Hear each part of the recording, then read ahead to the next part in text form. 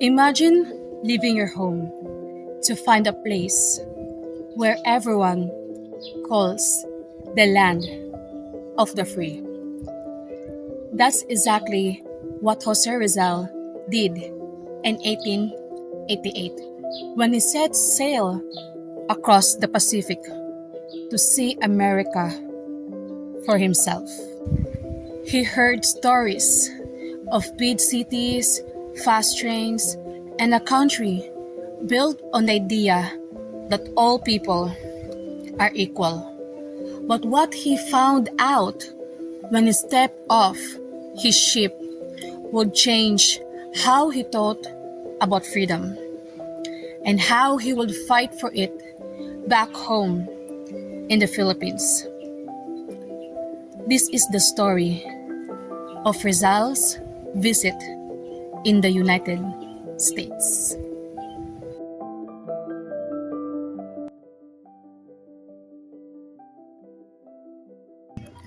Rizal first saw America on April 28, 1888.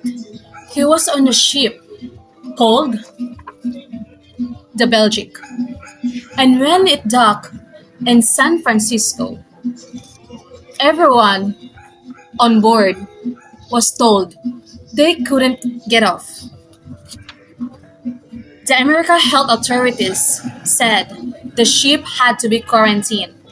They claimed that there was a cholera epidemic in the Far East, where we'd come from.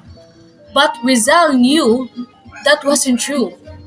The ship had a clean bill of health from Japan, and Hong Kong even said there were no cholera cases in China.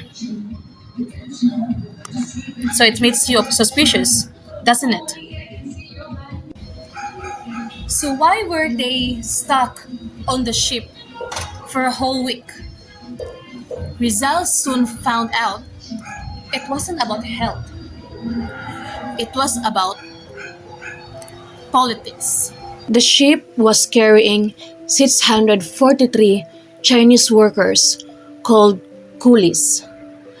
At the time, white laborers on the Pacific coast were worried they would lose their jobs to cheaper Chinese labor. An election was coming up, so the government blocked the Chinese from landing to win votes. And here's the thing, it wasn't fair at all. While passengers were stuck on board, valuable silk from China was brought ashore without any checks. Even the ship's doctor and customs workers ate meals on the supposedly infected ship. For Rizal, this was his first real look at America. He saw how the country talked about freedom and equality, but didn't live up to those words. It made him think hard about how prejudice can hide behind rules, something he would later write about to fight injustice in our own country.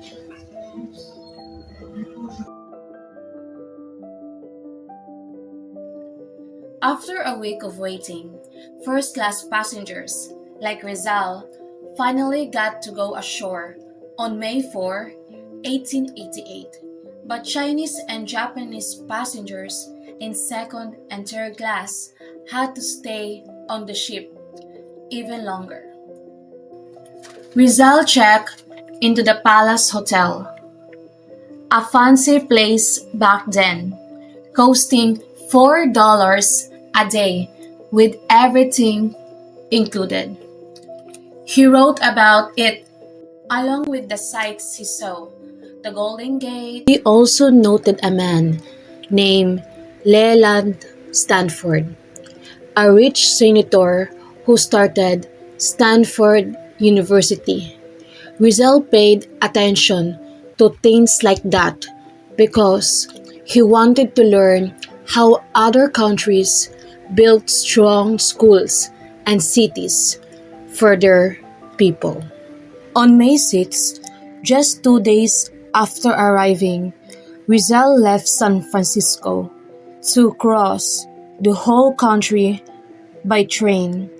He took a ferry to Auckland first, then boarded the train for the long trips east. He wrote down everything he saw in his diary. Let me tell you about it. It's like we're traveling with him. Early the next morning, he woke up in Reno, Nevada, a place known as the biggest little city in the world. He saw an indigenous person dressed in a mix of European and traditional clothes and wrote about the landscape, bare mountains, white sand like chalk, and blue mountains far in the distance. A few days later, he passed through Utah. He thought the land could be farmed with good irrigation, and saw Mormon boys, sheep, cows, and even ducks on Salt Lake. He also noticed something different: women serving food at the table, which wasn't common everywhere back then. He went further east, he saw more changes. In Colorado, there were pine trees and snow-covered mountains.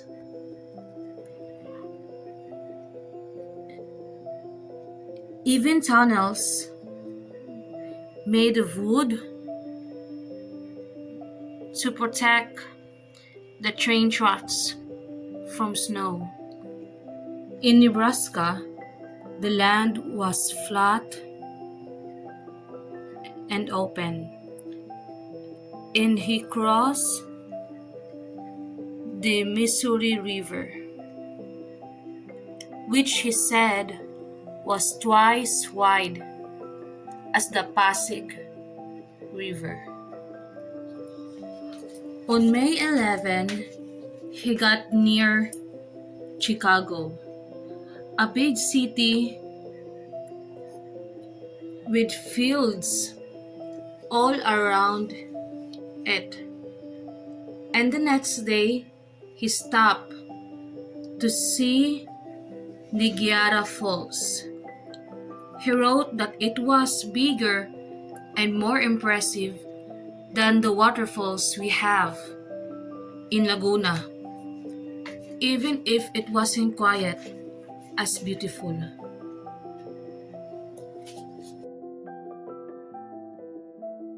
After days on the train, Rizal reached New York on May 13, 1888.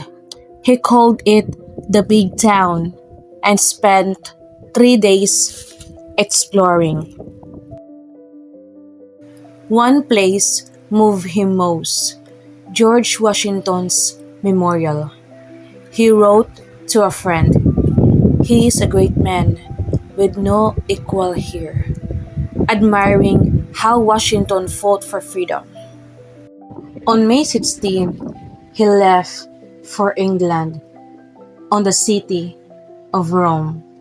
As the ship pulled away, he saw the Statue of Liberty, a symbol of freedom for all. Rizal saw America's strength, big cities, hardworking people, and opportunities for immigrants. But he also saw unfairness. White Americans looked down on black, I myself, a black person, and it makes me so disheartened to witness this or to encounter this every single day because America was really the word for freedom and equality. But sometimes we cannot change people. And even Americans look down on Chinese people.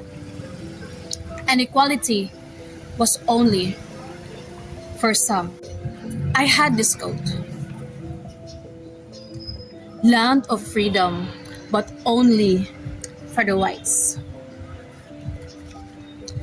This trip taught him a lesson. Words like freedom means nothing if they don't include everyone. It pushed him to fight harder for fairness in our country.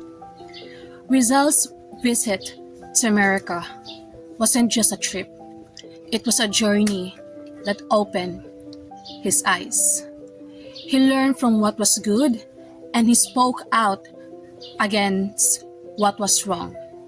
Today, his questions about fairness and freedom still matter because a country is only strong when it stands up for its people.